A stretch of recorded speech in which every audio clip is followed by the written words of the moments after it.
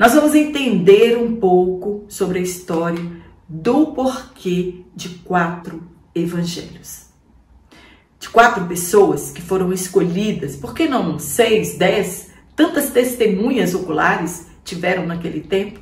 E por que exatamente 4 evangelhos? Nós falamos no início que o plano da salvação, ele se manifestou ao longo da história, por intermédio de várias coisas, inclusive do tabernáculo. E os 4 evangelhos também estão representados lá. Estudamos em 2019 sobre o tabernáculo e o seu significado. E já sabemos que tudo nele apontava para o futuro, para Jesus Cristo.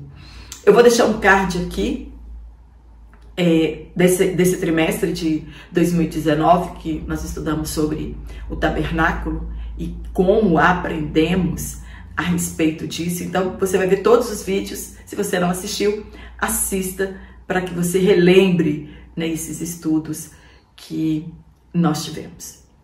Na entrada do pátio, havia uma única porta de acesso ao tabernáculo, que ficava ao lado oriental. Falamos muito sobre essa porta no livro de Ezequiel, no último trimestre de 2022. Lugar onde o sol nasce. Por esse motivo, Jesus afirmou ser ele a porta. Jesus, ele diz, eu sou a porta. E isso, aos judeus, remetiam ao tabernáculo. Eles sabiam o que significava aquela porta de acesso.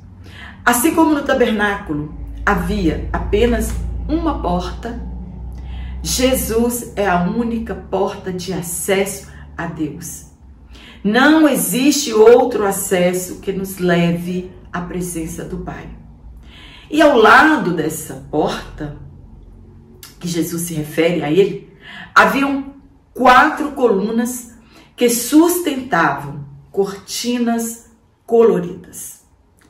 Nós devemos perceber que essa porta, ela não tinha fechaduras ou trancas, porém ninguém ousava passar por ela se não estivesse purificado. Essa porta, é a tipificação do único caminho. Por isso Jesus afirmou ser ele o caminho. Em uma tradição judaica, havia tal crença que uma das 3 portas do tabernáculo era chamada caminho. A primeira porta que dava acesso ao pátio do tabernáculo. A segunda porta, ela era chamada de verdade. A porta que dava acesso ao lugar santo. E que havia uma terceira porta, que era chamada de vida, a segunda porta chamada verdade, que dava acesso ao dentro do lugar santo, ao tabernáculo propriamente dito. E também havia uma terceira porta, que era chamada de vida. Era a porta que dava acesso ao lugar santíssimo. E é por esse motivo que Jesus disse, eu sou o caminho, primeira porta, a verdade, segunda porta, e a vida, terceira porta.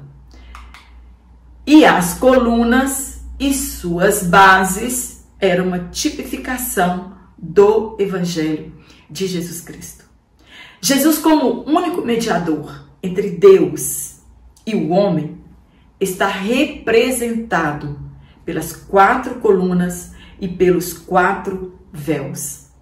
Essas colunas aqui mencionadas são as da entrada do tabernáculo, porque em todo o tabernáculo haviam 60 colunas e as 4 faziam parte desta soma. Então eram 60 colunas do cortinado.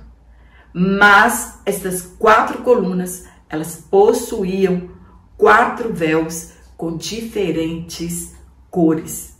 Porque o véu da lateral do tabernáculo era todo de linho branco, mas a entrada eram de véus coloridos. As 4 colunas, elas fazem alusão ao Evangelho de Jesus Cristo. Mateus, Marcos, Lucas e João. Se queremos conhecer e saber tudo a respeito de Jesus, devemos ler e guardar as palavras dos evangelhos. Sem os evangelhos, é impossível se firmar no cristianismo.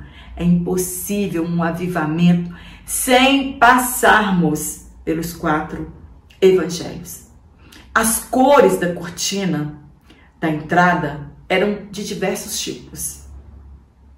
Entre aspas, está lá registrado em Êxodo: também à porta do átrio haverá um reposteiro de 20 côvados, de azul, de púrpura, de carmesim e linho fino torcido, obra de bordador. As suas colunas serão 4, e 4 as bases destas. Fecha aspas. Tudo tem um significado na Bíblia e as cores não ficam de fora. Elas representam aspectos importantes da nossa fé.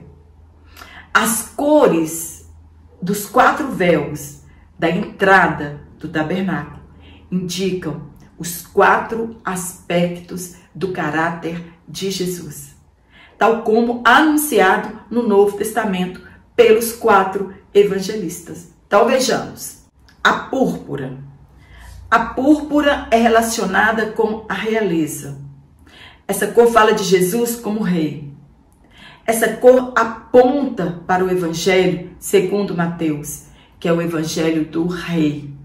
Mateus usa 14 vezes a expressão, entre aspas, filho de Davi, provando a sua ascendência real.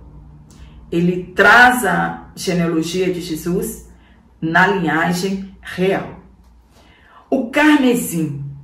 O carmesim fala do sacrifício, ele fala de sangue, fala de Jesus como servo sofredor. Este é o evangelho segundo Marcos. Um servo não precisa de genealogia. Marcos não traz a genealogia de Jesus. Marcos não registra a sua genealogia, porque um servo não precisa de genealogia. O linho branco. Seguindo a ordem dos evangelhos, o linho branco é o evangelho segundo Lucas, que enfatiza a pureza de Jesus como filho do homem, o homem perfeito. O azul. O azul fala das coisas celestes, apontando para o céu, de onde Jesus veio e para onde ele voltou.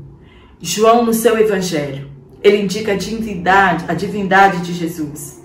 Por 35 vezes, Jesus, no evangelho de João, se refere a Deus como Pai. Por 25 vezes, ele diz, entre aspas, em verdade, indicando sua autoridade divina. Mateus foi escrito para os judeus, para que eles crescem que Jesus era o Messias da linhagem de Davi. Portanto, então, ele era rei. Marcos foi escrito para os romanos, que não admitiam entre eles outro rei acima dos imperadores romanos. Lucas, ele foi escrito para os gregos, para os sábios e filósofos, que estavam em busca de um homem perfeito. E João foi escrito para a igreja e apresenta Jesus como Filho de Deus. Alguns perguntam: que livros você mais gosta de ler no Novo Testamento? Uns respondem: as cartas paulinas, é claro. Mas se você não é apaixonado pelos 4 evangelhos, você nunca saberá nada a respeito de Jesus.